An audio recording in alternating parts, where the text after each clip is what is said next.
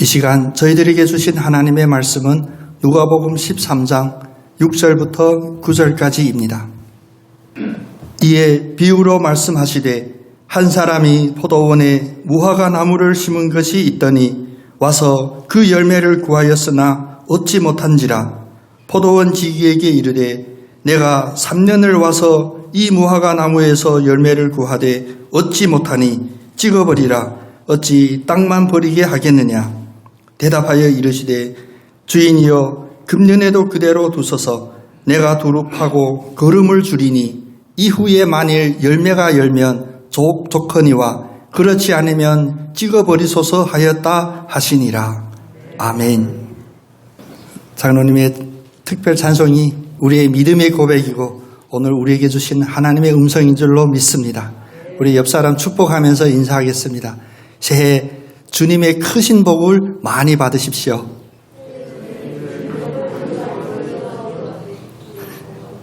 오늘 특별한 명절인데 한 번 인사하고 축복하면 좀 아쉽죠. 한 번 더 축복하면서 인사하겠습니다. 하나님은 당신에게 큰 기대를 품고 계십니다. 아멘.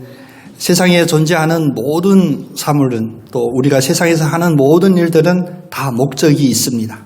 목적이 있다고 하는 말은 다른 말로 우리가 기대감이 있다는 겁니다. 그런 기대가 있기 때문에 우리가 땀을 흘리고 또 힘들게 또 밤잠도 안 자면서 열심히 일하는 그런 삶입니다. 그런데 기대감을 품고 열심을 내어 일할지라도 기대한 만큼 열매를 얻는 사람도 있고 또 기대한 이상으로 열매를 맺는 사람도 있지만 기대한 만큼 열매를 얻지 못하는 사람들도 분명히 있습니다. 세상에는 기대한 만큼 열심히 하고 열심히 일한 만큼 그 결과를 얻는 사람들이 반 이상이 된다고 그래요. 하나님은 뭐라고 말씀하셨습니까? 우리가 심는 대로 거둔다. 그래서 열심히 일하면 일한 만큼 그 결과를 얻는 것은 당연한 이치로 생각합니다.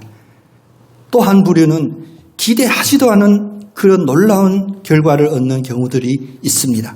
우리는 그런 사람들을 복된 사람, 복이 있는 사람이라고 하죠.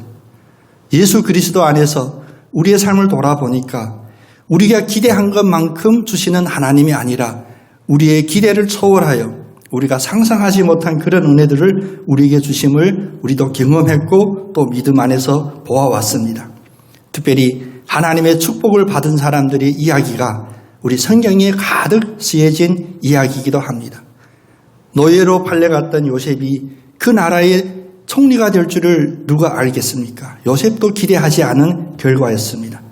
그냥 양이나 치던 목동, 형제들 중에서도 가장 눈에 두드러지게 두각을 나타내지 못했던 다윗도 하나님의 은혜 주시니까 본인이 기대하지도 않았던 이스라엘의 왕이 되었습니다. 그런데 또 하나 우리 현실 속에서 부딪히는 어찌 보면 지난 1년 동안 코로나 기간 동안 우리도 경험했던 그런 마음의 안타까운 상황들도 있죠. 그 뭐냐면 기대한 만큼 결과를 얻지 못하는 경우도 있다는 것입니다. 가끔 제 아내랑 제가 처음 만났을 때 생각을 해보면 제가 그 기억을 다 지우고 싶어요. 이 기억이 저만 가지고 있는 기억인 줄로 그렇게 믿고 싶은데 연애할 때는 뭐든지 다 해준다. 헛된 약속도 남발했죠. 생각해봤더니 제가 연애 편지에 심지어 하늘의 별도 따주마 이런 얘기도 쓴 것 같아요. 이제 얼굴이 두꺼워져가지고 얼굴도 빨개지지 않지만 그러면 어떻습니까? 상대방은 기대하죠. 뭐든지 다 해줄 거라고. 그런데 엊그제 소파에 앉아서 저한테 여보 물 한 잔만 떠줘 하는데 제가 쌩 하고 나왔어요. 하늘의 별은 그만두고 이제 물 한 잔도 못 떠주는 그런 남편이 되어버렸으니 믿음 안에서도 혹시라도 이런 일이 있으면 우리 가정생활에서 웃으면서 넘어갈 수 있는 그런 일이 아닌 우리에게 심각한 일들이 닥치게 됩니다. 믿음 안에서 혹시 우리 신앙생활 안에서 우리가 기대한 만큼 열매를 얻지 못하는 경우라 한다면 특별히 우리 설날 한 해를 새롭게 시작하고 지난 한 해를 돌아보는 이 순간에는 반드시 짚어보고 묵상해 봐야 될 그런 본질적인 문제라고 생각합니다. 오늘 본문을 보면 주인이 포도밭에 무화과 나무를 심었습니다. 사실 포도밭 하면 포도나무만 있어야 포도원이죠. 그런데 그 포도원에다 무화과 나무를 심었다라고 하는 어찌 보면 좀 엉뚱한 일이 일어났습니다. 그리고 포도지기, 자기의 종에게 그 무화과 나무를 맡겼는데 주인이 3년이나 이 무화과 나무를 주목하고 바라봤는데 열매를 맺지 못합니다. 다시 말하면 주인의 기대감에 만족을 주지 못하는 그런 무화과 나무였습니다. 반대로 포도원 지기는 주인이 특별히 심은 이 무화과 나무에 대하여 특별한 관심을 가지고 애정을 쏟습니다. 본문에서도 느낄 수 있듯이 거름도 주고 땅도 파고 그 무화과 나무가 열매를 맺기를 기대하고 열심히 일합니다. 3년이 되었습니다. 3년이 되어도 무화과 나무는 열매를 맺지 않았습니다. 이때 주인은 그 무화과 나무를 극진히 아끼는 포도원 지기에게 이야기합니다. 이제 찍어버리라. 어찌 땅만 버리겠느냐. 다시 말하면 이 무화과 나무는 존재의 의미가 더 이상 없다고 말합니다. 이때 그 포도원 지기의 그 마음을 보면 이 무화과 나무를 얼마나 아끼고 사랑했는지 느낄 수 있습니다. 오늘 말씀에 보니까 주인이여 금년에도 그대로 두소서. 한 해만 더 기다려주세요. 그런 말입니다. 왜? 이 한 해 동안 제가 땅도 파고 거름도 주어서 만일 열매를 맺게 되면 얼마나 좋겠습니까? 제가 1년 더 애쓰고 아끼고 해서 열매를 맺지 않으면 그때 찍어버리셔도 되지 않겠습니까? 라고 간청하십니다. 이 이야기는 예수님이 그냥 식사 이후에 취미거리로 했던 이야기가 아닙니다. 하늘나라, 천국에 대한 엄청난 영적인 비유를 이 이야기 속에 담아 있습니다. 오늘 이 이야기를 깊게 살펴보기 먼저 우리 한번 고백해 봤으면 좋겠습니다. 주님 앞에 저는 그 무화과 나무입니다. 자신감이 팍 안 오죠. 좋은 일이 아니니. 그러나 우리가 기분이 좋든 나쁘든 내가 인정하든 안 하든 우리는 바로 그 포도원 나무에 심어진 그 무화과 나무입니다. 포도원에 무화과를 심는다는 것은 어찌 보면 상식에 어긋나는 일입니다. 무화과 나무는 관상수도 아닙니다. 저희 교회 입구에 무화과 나무 한 그루 있죠. 제가 첫 부임했을 때 그 태풍에 그 무화과 나무가 뿌리채 뽑혔었습니다. 그래서 제가 아끼는 마음으로 처음으로 제가 무화과 나무를 만났거든요. 그래서 다시 뿌리에 흙을 덮었더니 감사하게도 열매를 맺어주더라고요. 근데 올해 보니까 그 큰 줄기에 하나도 열매가 안 맺어져요. 보니까 뿌리로부터 새롭게 새 줄기인가 이제 나왔어요. 열매가 없으니까 애착도 덜 가는 게 제 마음이기도 하더라고요. 또 하나는 그 무화과 나무 여러분도 보시면 뿌리도 얕고요. 그래서 태풍에 쉽게 빠지기도 하는 것 같습니다. 대신 별 쓸데없이 잎은 엄청 커요. 무성해요. 포도원에 이 무화과 나무가 자라면 포도가 열매를 맺는데 방해가 되는 거예요. 포도원에 이 무화과 나무가 하나 더 있어서 저 포도원이 참 아름답다라고 칭찬받을 만한 그런 상황도 아닙니다. 그럼에도 불구하고 주인은 그 포도원에 무화과 나무를 심었습니다. 주인은 왜 심었을까요? 앞에 말씀드렸었지만 관상수도 아닌데 그 포도원에 무화과 나무를 심으면 다른 포도나무에 지장이 있을 만한 이 무화과 나무를 심으면 무화과 나무에 대한 기대가 있었던 거예요. 무화과 나무가 열매를 맺기를 기대하고 심었던 것입니다. 다시 말하면 이 무화과 나무는 열매를 맺지 않는다면 더 이상 무화과 나무가 될 수가 없는 그런 존재입니다. 그런데 어떻습니까? 이 무화과 나무는 주인의 이런 특별한 기대감에도 불구하고 열매를 맺지 못했습니다. 3년이나 열매를 맺지 못했습니다. 우리도 주님 앞에서 제가 바로 그 무화과 나무입니다 라는 이 고백이 왜 우리의 신앙이 매우 중요하냐면 우리는 그냥 보기에도 별 칭찬받을 만한 외모도 갖지 못하고 능력도 없고 연약한 그런 존재였는데 하나님이 우리를 예수 그리스도 아니라고 하는 이 포도원에 우리를 심어주셨습니다. 그리고 기대하십니다. 하나님이 주신 그 은혜에 걸맞는 그런 열매를 맺기를 기대하시고 우리를 심어주셨는데, 다시 말하면 우리가 늘 고백하는 새롭게 거듭나게 하셨는데, 우리는 하나님의 기대에 걸맞는 그런 열매들을 많이 맺지 못했습니다. 코로나 기간 동안 저도 회개합니다. 저도 게으르고 또 저도 감히 담대히 평소에는 이야기하지 못하지만 이 말씀을 전하는 자리에서 얘기할 수 있는 것이 무엇이냐면 저나 여러분이나 다 게을렀습니다. 핑계거리는 있습니다. 코로나라는 이런 상황 때문에. 그러나 결과적인 하나님 앞에 드려질 그런 열매들이 그렇게 많지를 못했습니다. 주인은 3년 동안 기다립니다. 열매 맺기를 기다립니다. 그러나 우리가 늘 찬양하듯이 나는 사랑받기 위해 태어난 사람, 이런 찬양으로는 우리의 믿음을 충족시킬 수가 없습니다. 하나님, 우리의 주인 대신 포도원에 무화과 나무를 심으신 그 주인은 분명히 이야기합니다. 3년이나 기다렸는데 열매가 없으면 찍어버리라.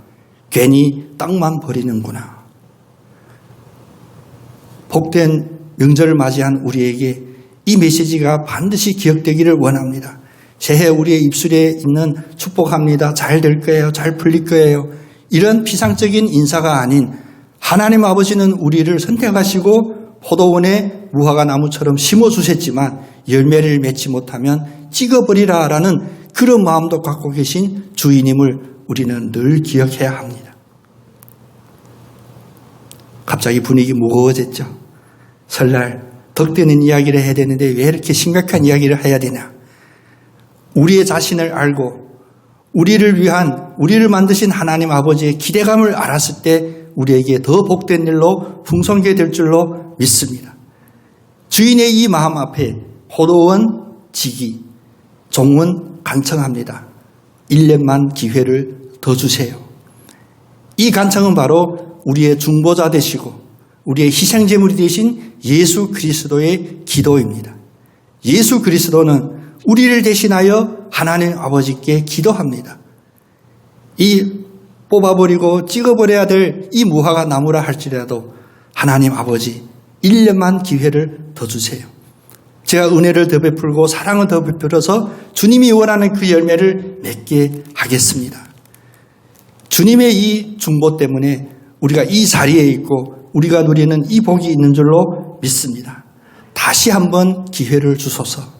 우리에게 얼마나 복되고 힘이 되는 이야기입니까? 우리가 지난 1년 또 지난 3년 전 코로나 이전 그런 상황들로 우리가 만족한다면 우리에게는 기회가 없습니다. 우리가 언제 지켜버릴지도 모르는 그런 상황 속에서도 우리는 정신을 차리고 깨닫지 못하고 살았습니다. 오늘 새해를 시작하는 계묘년이라고 하죠.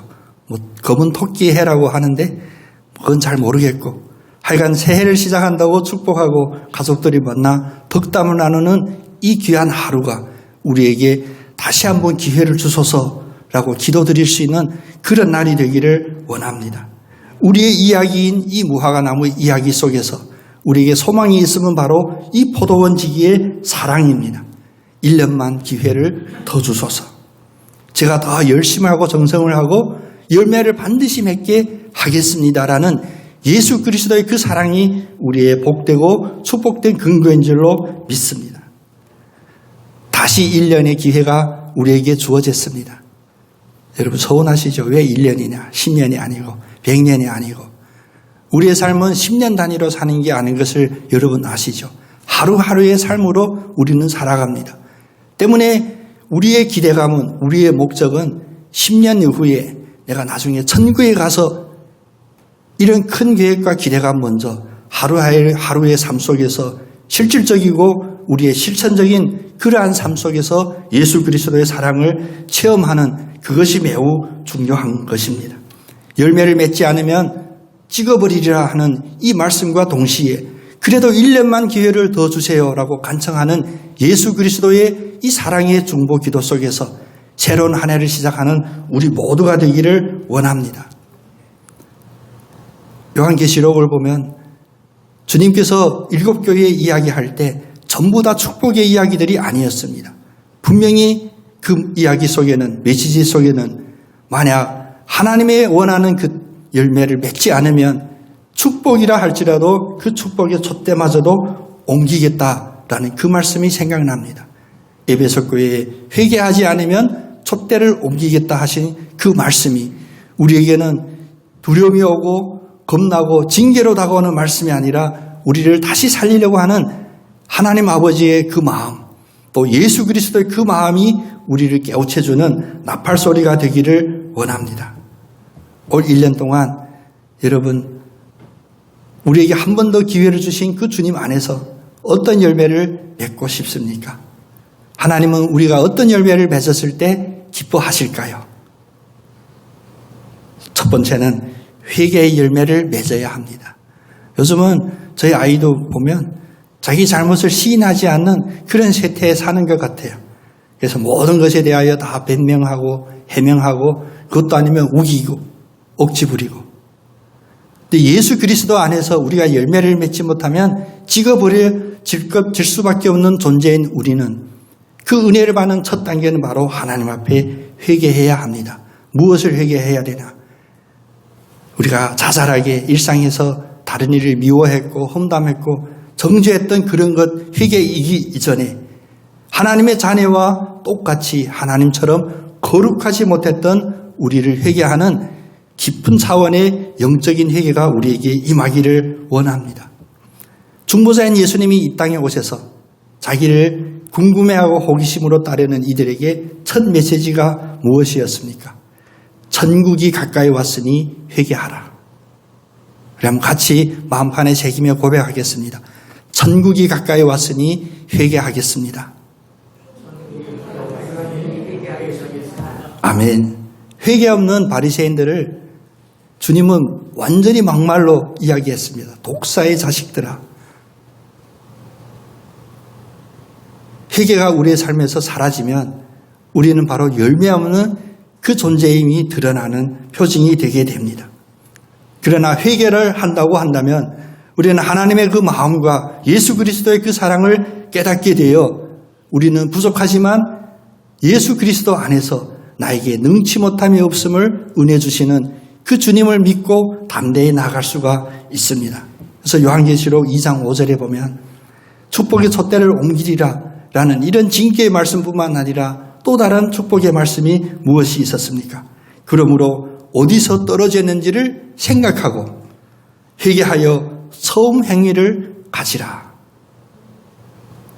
우리가 멈춰져 있다면 열매를 맺지 못하는 자리가 있다면 왜 그렇게 됐는지를 생각하고 회개하여 다시 예수 그리스도를 믿고 제가 땅끝까지 가겠습니다.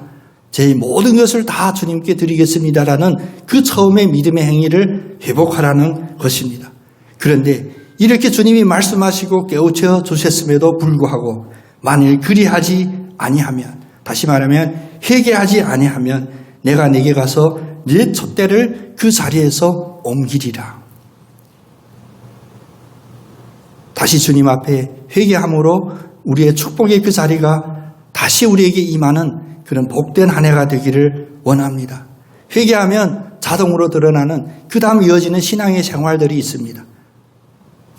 가장 중요하게는 예배가 회복되는 것.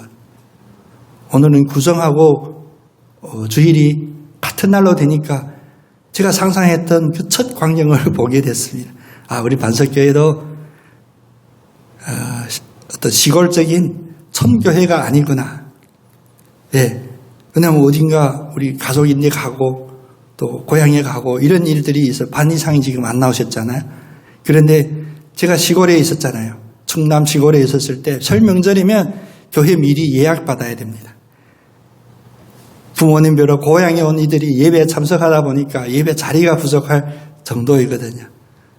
예배가 어느 자리에 있든지 회복되는 그러한 축복이 우리에게 임해야 되는데 우리는 세상의 절기도 또 세상의 이벤트도 우리의 생각을 붙잡는 그런 경우들을 오늘까지만 2023년 오늘까지만 지내고 다시 한번 기회를 주신 주님 안에서 우리 예배부터 회복하기를 간절히 소원합니다. 내가 그 자리에 있든지 아니면 그 자리에 있을 수 없는 상황이라 할지라도 마음으로 온전히 영과 진리로 예배드리는 그 마음은 언제나 살아있는, 그래서 예배의 촛불이 꺼져지지 않는 우리의 심령들 다 되기를 원합니다. 사실 하나님께서 복 주시려고 설계해 놓으신 몇 가지 장치들이 있어요. 그 중에 가장 큰 장치는 무엇이냐? 바로 예배의 자리에 임해야 하거든요. 하나님의 성막이 광야에서 이동할 때 주변에 많은 족속들이 호기심을 가지고 궁금하고 지켜봤습니다. 저기서 무엇하냐? 약소한 저 족속들이. 그런데 그 안에서 이루어지는 것은 바로 하나님께 드리는 예배였습니다.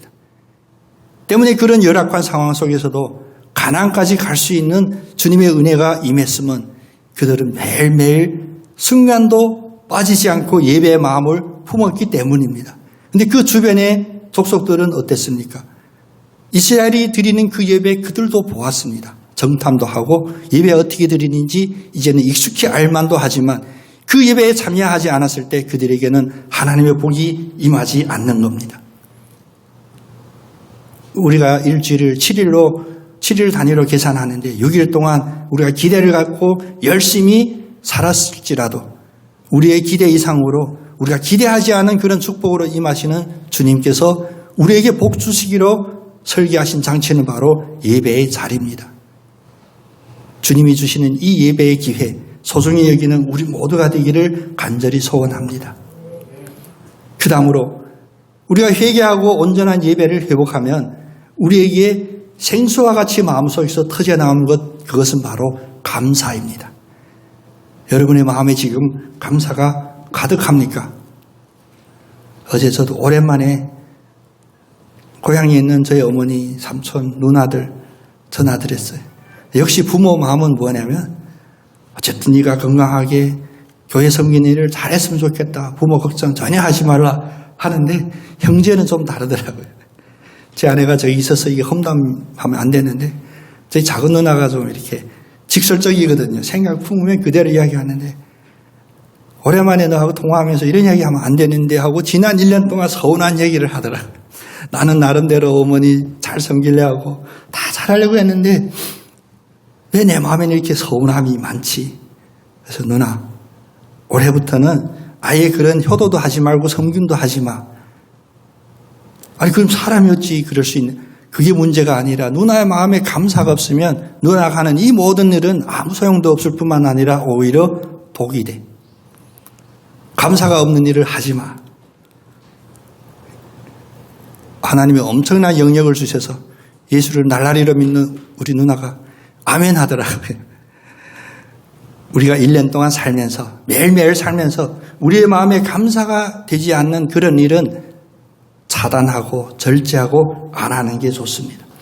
하나님은 우리에게 주신 모든 것들이 결국 감사한 마음이 우리의 마음에 있어서 우리의 마음부터 우리의 입술부터 우리의 손과 우리의 생각 모든 것이 완악함이 부드러지기를 원하는 것입니다. 그래서 성령의 열매라고 우리에게 지목하여 하나하나 꼭 집어서 이야기했던 것을 살펴보면 그 어느 하나도 감사가 없이는 맺을 수 없는 열매였습니다. 포도원지기가 포도원 주인이 아무리 이 무화과 나무를 심고 정성을 베풀었을지라도 이 무화과 나무 안에 이 은혜에 대한 감사가 없으면 하나님이 기뻐하는 그 열매를 맺지 못하게 되는 것입니다.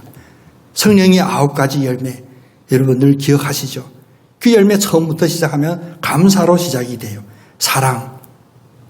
감사가 없으면 사랑할 수가 없습니다. 받은 은혜가 없으면 베풀 수 있는 사랑이 있을 수 없습니다. 사랑을 하니까 희락이 있게 되고 그 희락이 같이 공유하게 되니까 화평하게 되고 화평하게 되니까 어떤 눈앞에 어려운 상황이라 할지라도 오래 참음이 우리의 기질이 되게 됩니다. 오래 참고 사랑이 있고 희락이 있는 사람은 당연히 자비도 있고 양성, 충성, 온유, 절제 이와 같이 세상의 어떤 상황도 금할 수 없는 그 성령의 열매를 우리는 품을 수가 있습니다. 그래서 결국 에베소서에서 바울이 간절히 기대했던 그것들이 우리에게 이루어지는데 바로 예수 그리스도 안에서 우리의 믿음이 장성하는 그것입니다. 올 한 해 동안 내가 그 무화과 나무입니다 라고 고백하고 지금까지 거룩하게 살지 못했던 것을 회개할 때 주님이 부어주시는 은혜로 말미암아 우리의 예배가 회복이 되고 감사가 회복이 되어서 성령의 9가지 열매를 풍성히 맺는 여러분 다 되시기를 간절히 소원합니다. 이 순간도 주님이 우리에게 주시는 축복의 말씀이 무엇일까? 라고 영적으로 묵상해 본다면 주님이 그래, 네 기도대로 다 이루어질 것이야. 자녀들도 잘 되고 건강하고 모든 일이 잘 풀릴 것이야. 라는 그런 기도가 아니라 오늘 말씀 그대로 예수 그리스도의 중보 기도는 바로 이런 기도임을 믿고 기억하기를 원합니다. 주인이여 금년에도 그대로 두소서. 내가 두릅하고 걸음을 줄이니 이후에 만일 열매가 열면 좋거니와.